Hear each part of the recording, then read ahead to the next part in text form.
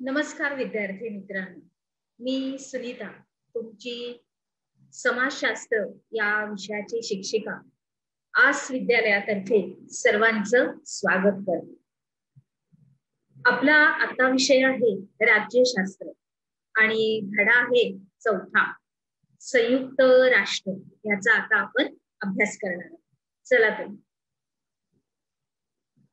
तर विद्यार्थी मित्रांनो, या प्रकरणामध्ये आपण नवीन असं काय शिकणार आहोत, तर आंतरराष्ट्रीय पातळीवर शांतता आणि सुरक्षितता असावी म्हणून संयुक्त राष्ट्रे ही आंतरराष्ट्रीय संघटना स्थापन करण्यात आली.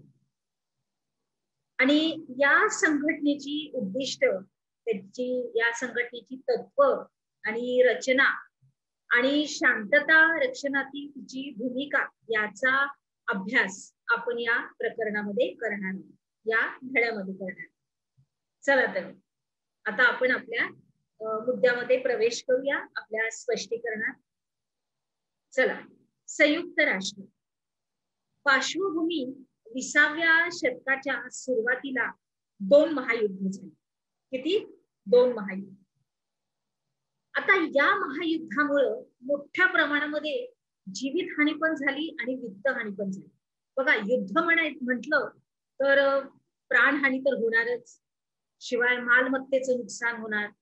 म्हणजे आपण बघतो पण की इमारती कोसळतात, संपूर्णपणे व्यापार कोसळतो, आपण बाहेर नाही जाऊ शकत. म्हणजे एकातर्फी जर आपण बघितलं तर सगळं नुकसान, सगळं दुःख आहे सगळीकडे त्या युद्धामुळे. मग आता युद्ध ही चांगली गोष्ट आहे का? तर नाही. मग यामुळं काय होतं, तर जागतिक शांतता ही प्रस्थापित करण्यासाठी एक यंत्रणा निर्माण केली पाहिजे, बरोबर? कारण युद्ध हे काही योग्य नाही. ह्याच्यामध्ये सगळ्या आपल्या जो नुकसान होतो ती परत भरपाई करून घेण्यासाठी सुद्धा आपल्याला खूप वेळ लागतो. म्हणून ही संयुक्त राष्ट्र ही एक यंत्रणा निर्माण झालेली आहे त्याच्यातूनच. आणि महायुद्धानंतर पहिल्या राष्ट्रसंघ आणि त्याच्यानंतर दुसरं महायुद्ध जे झालं त्याच्यामध्ये संयुक्त राष्ट्र या आंतरराष्ट्रीय संघटनेची म्हणूनच स्थापना करण्यात आली. तर बघूया आता आपण की या संयुक्त राष्ट्रामुळे युद्ध थांबली का, किंवा त्याच्यामध्ये काय काय उपाययोजना केल्या होत्या, काय काय चांगले चांगले मुद्दे घातले होते ते आपण बघूया, जे देशाच्या हितासाठी आहे, बरोबर? चला तर पहिल्या महायुद्धानंतर या स्थापन झालेल्या राष्ट्रसंघाला फारसं यश मिळालं नाही. आणि मग दुसऱ्या महायुद्धामध्ये जेव्हा अणुबॉम्बचा वापर केला, तुम्हाला तर माहितच असेल, हिरोशिमा आणि नागासाकीवर अमेरिकेने सरळ 2 बॉम्ब टाकून दिले.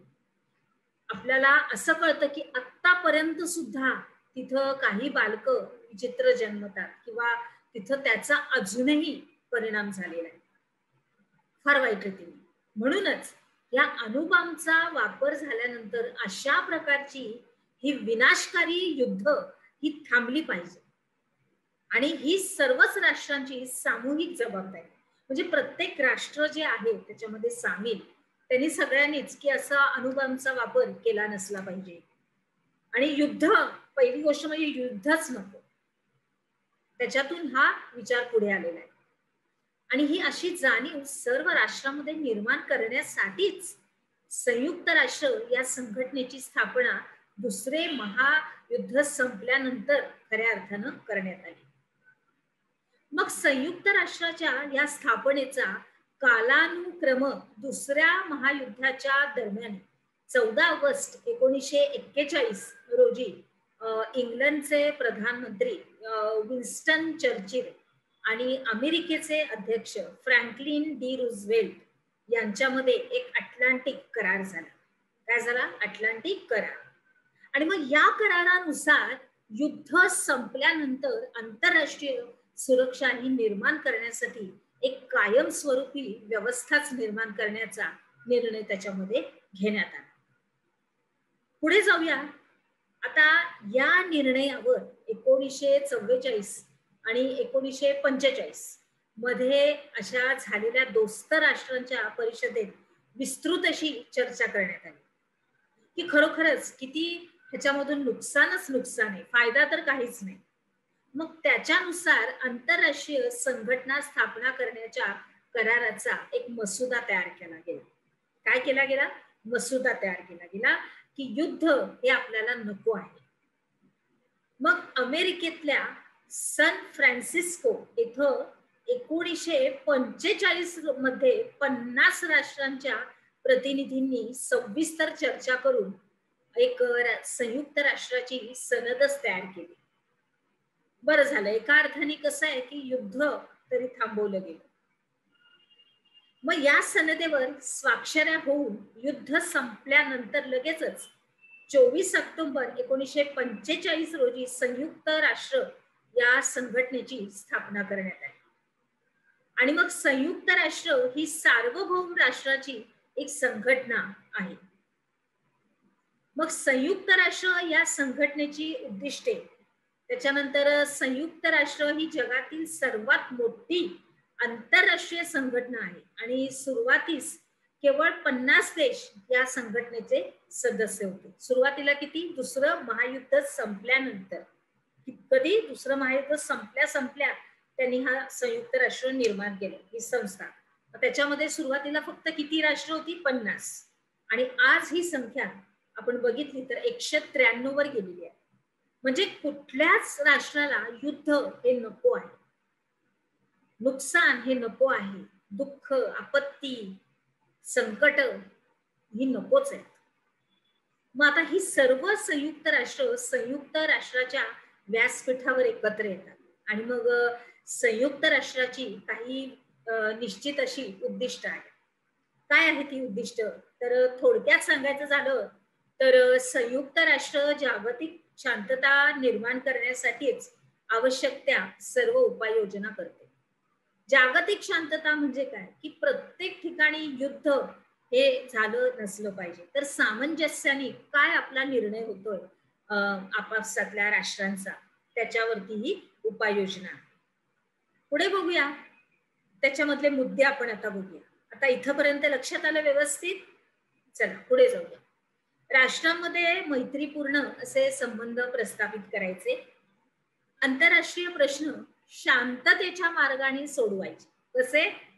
शांततेच्या. आणि ते सोडवून आंतरराष्ट्रीय सुरक्षा वृद्धिंगत करायची.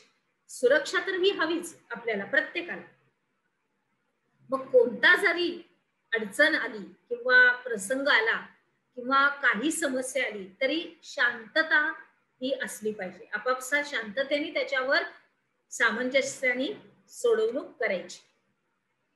पुढचा मुद्दा असा आहे की मानवी हक्काचं आणि स्वातंत्र्याचं जतन आणि संवर्धन करणं. आता प्रत्येक मानवाला हा स्वतंत्र राहण्याचा हक्क आहे आणि आपल्या देशामध्ये स्वातंत्र्याने जगण्याचा हक्क आहे. मग तो जतन करायचा आणि त्याचा अजून वाढ करायची, संवर्धन करायचं त्याच्यामध्ये. मग त्याच्यासाठी काय असावं लागतं? तर आपापसातील संबंध हे मैत्रीपूर्ण असावे. अशा रीतीने ह्याच्यातून मार्ग काढला गेला. पुढचा मुद्दा असा आहे की आंतरराष्ट्रीय स्तरावर आर्थिक सहकार्य वाढवणं हाही संयुक्त राष्ट्रांचा हेतू आहे. आता युद्ध झालं म्हणजे नुकसान आलं. नुकसान कसं होणार? व्यापारातून होणार, मालातून होणार, आयात निर्यातीमध्ये होणार. मग अर्थात त्या सगळ्याचा बोजा कुठं होतो? आपल्या राष्ट्राच्या आर्थिक व्यवस्थेवर. मग संयुक्त राष्ट्राचा काय होता अजून एक प्रमुख हेतू? तर आर्थिक सहकार्य वाढवायचं म्हणजे काय? तर आपापसातील जे व्यापार आहेत त्याच्यामध्ये अजून वृद्धी करायची, चांगल्या रीतीने एकमेकांबरोबर आपल्या देशातले काही चांगले मालाची दुसऱ्या देशामध्ये ने-आण करणं, हे सगळ्यांनी काय होणार आहे की देशाचा आर्थिक विकास हा वाढला जाणार. सार्वभौम राष्ट्राच्या राजनैतिक विशेष अधिकाऱ्यांचा आदर करणं, दुसऱ्या देशावर आक्रमण न करणं ही उद्दिष्ट आहे. त्याच्यानंतर आंतरराष्ट्रीय कायद्याचं आणि करारांचं पालन करणं हे सर्व सभासद राष्ट्रांचं कर्तव्य आहे.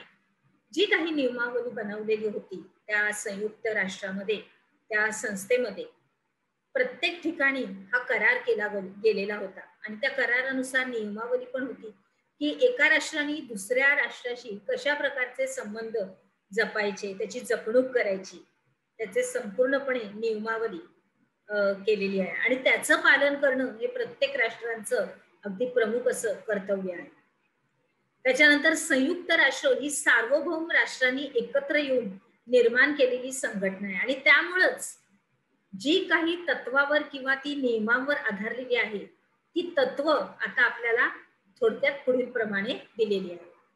तर आता आपण बघूया संयुक्त राष्ट्रांची तत्वे. काय तत्व? तर पहिलं तत्व आहे की सर्व सभासद राष्ट्रांचा दर्जा हा समान असेल. भौगोलिक करार, आर्थिक, लष्करी ताकद यावर आधारित राष्ट्रामध्ये भेदभाव केला जात नाही. आले लक्षात?